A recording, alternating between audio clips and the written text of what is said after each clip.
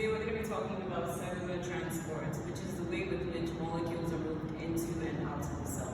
It's a pretty common and important topic in biology. So before we speak about transport, we need to talk about the major barrier to movement of molecules into and out of the cell, which is your cell membrane. So your cell membrane is the outer layer of your cell. Alright, now within living cells, at least animal cells, your cell membrane is actually a bilayer. It's called a phospholipid bilayer. The reason why it's called that is because if you stretch out this layer, it looks a little something like this. You have polar heads and non-polar tails making up one layer, and then you have the same polar heads and non-polar tail making up the second layer. It's oriented so that the non-polar sections are facing each other, while the polar sections, which are the polar heads, are facing both the exterior and the interior of the cell.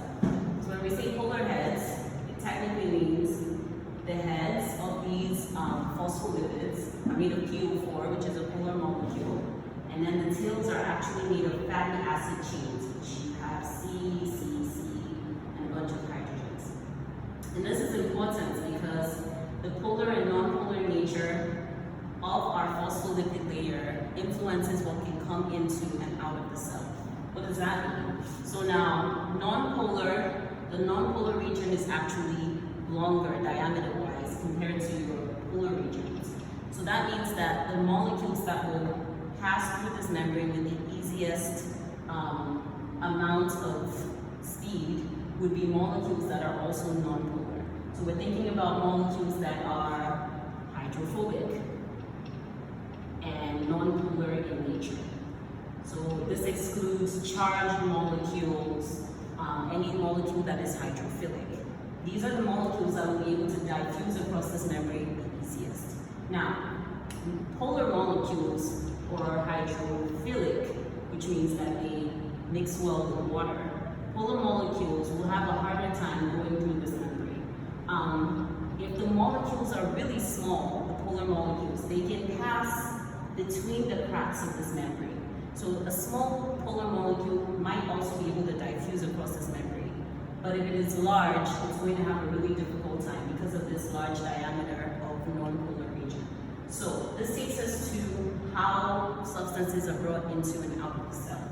So the major types of transport are passive, which means it requires no inputs of energy, and active transport, which means you need energy to be able to move the molecules into and out of the cell. So with passive transport, we have non-facilitated, which means you don't need any extra help. Molecules can move on their own, and facilitated, which means they need the help of what we call carrier proteins. All right, so let's go with non-facilitated first. As it sounds like, non-facilitated means it doesn't need extra help. So molecules like this are able to move across the membrane without any additional help from any extra carriers or any added energy. They move on their own. They move usually through a process called diffusion. So let's talk about what diffusion is. Diffusion is literally the movement of molecules from an area where they're more highly concentrated to an area where they're not very concentrated. So if you were to have a space, and we all know what perfumes are, and you were to spray perfume around this corner of your space. The perfume molecules are concentrated at this corner. With time, they're going to move across the space from the area where they're greatly concentrated to an area where they're not so concentrated until they're equally distributed across the space. That process is called diffusion. So we explain that diffusion is the movement down a concentration gradient. Why down? Because you're going from a high concentration to a low concentration. So you're literally going down the concentration gradient. So this is what diffusion is. So when transport is non-facilitated, molecules are moving through the cell membrane from wherever they're concentrated. So if they're concentrated within the cell, they'll be moving out of the cell. If they're concentrated outside of the cell, they're moving into the cell. So molecules that usually undergo this type of transport, again, are your non-polar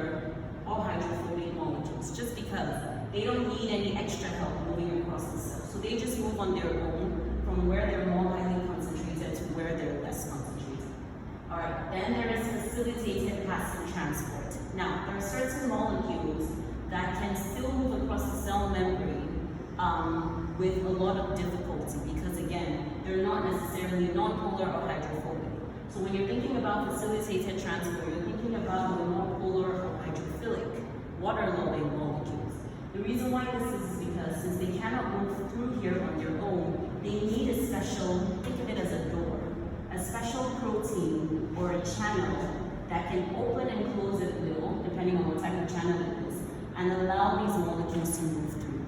Whenever you need an additional help from a protein or a carrier molecule, you call that facilitated. Facilitated is just another word for helped. So facilitated transport.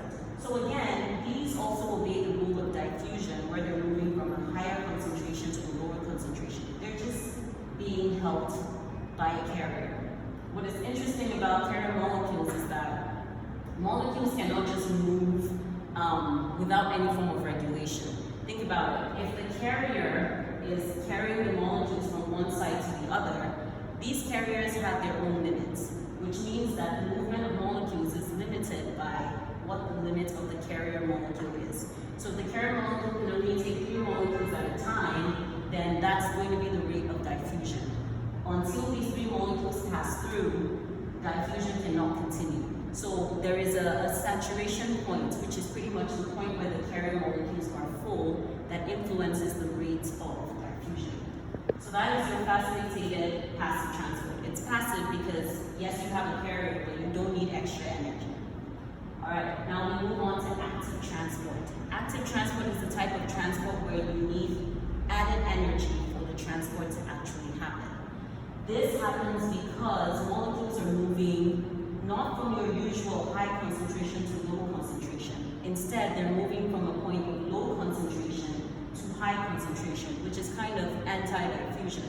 So because they have to be moved against their usual concentration gradient, you need added energy. Now, there are certain cellular pumps where this particular type of transport is used. There's a pump called the sodium-potassium pump. Alright, the sodium-potassium pump is literally what it sounds like. It's a pump that moves sodium and potassium into and out of the cell in opposite directions. So the idea is that in your standard living cell, the animal cell, potassium is in higher concentration within the cell, just normally. And sodium is in higher concentration outside of the cell. Now, should you need to move either one of these molecules in the opposite direction, so if you need to move more potassium into the cell or more sodium out of the cell, because you're not moving in the correct concentration, so let's take potassium for example. If you're trying to move potassium into the cell, it's not really the law of diffusion where you're moving from high to low. You're kind of moving from low to high. So you need some extra energy to force these potassium molecules to move against their concentration gradient. The same thing happens if you need to pump sodium out of the cell. Because you're moving against its concentration gradient, from where it is low to where it is high, you need added energy. So the sodium-potassium pump is a pump that exists and uses energy in the form of something called ATP, which is adenosine triphosphate. Alright? So this is a form of energy that is added to this pump that allows sodium and potassium to be moved against their concentration gradient. This is a good example of active transport. Now there are 2 other ways active transport can happen without pumps. There's something called exocytosis, and there's something else called endocytosis. Now, exocytosis is a way with which molecules are moved out of the cell. Alright, what's interesting about this is the way it happens. So with exocytosis, the cell forms something called a vesicle, which is a little bubble around water molecules or polar molecules that it needs to get out of the cell, or macromolecules, really large molecules. So what happens is a bubble will form around this molecule called a vesicle. Vesicle is in V-E-C-O-S-S-I-C-O. Alright, so this vesicle forms around the molecules, and then the vesicle migrates towards the cell membrane. At the cell membrane, it fuses with the cell membrane and opens up to the exterior.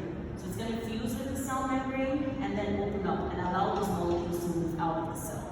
this entire process to happen, there needs to be an addition of energy, which is why it is active transport. So this is exocytosis, meaning molecules are being forced out. Now, endocytosis is the opposite. So the cell is trying to bring molecules from the outside in. What it does is, the cell membrane does something called invagination, where it bends into itself. So as it's bending into itself, it's collecting the molecules from the outside that it's trying to get into the cell. When it collects it, it then forms a vesicle around this molecule. So right here at the edge, this invaginated or bent in part of the plasma membrane would seal itself and form a vesicle. The vesicle will then migrate into the cell, and the molecules have now been brought in. So this is endocytosis, E-N-D-O-cytosis, where molecules are being brought into the cell under the influence of energy. And this is exocytosis, where molecules are being taken, or water, are being taken out of the cell under the influence of heat. These are your major forms of cell transport. So I hope that this has simplified it for you and made it very easy as far as diffusion goes. There is another form of cell transport that's called osmosis, where osmosis is the movement of water molecules only. Water molecules usually are moved through a semi-permeable membrane, which means that the membrane can only allow the movement of a particular thing, and in this case it's water molecules. That is great because your cell membrane does not allow everything through, so it's semi-permeable. So if water molecules needed to move into or out of the cell, they could move with the process called osmosis. So what happens in osmosis? We're going to spell the word osmosis. What happens in osmosis is water molecules are moving from an area of high concentration to an area of lower concentration through a semi-permeable membrane. So if you had two compartments and a semi-permeable membrane, water will be moving from where it is higher in concentration to where it is lower in concentration until the concentration of water is balanced. This is the definition of osmosis. Alright, so this is a quick summary of cellular transport. I hope it makes sense.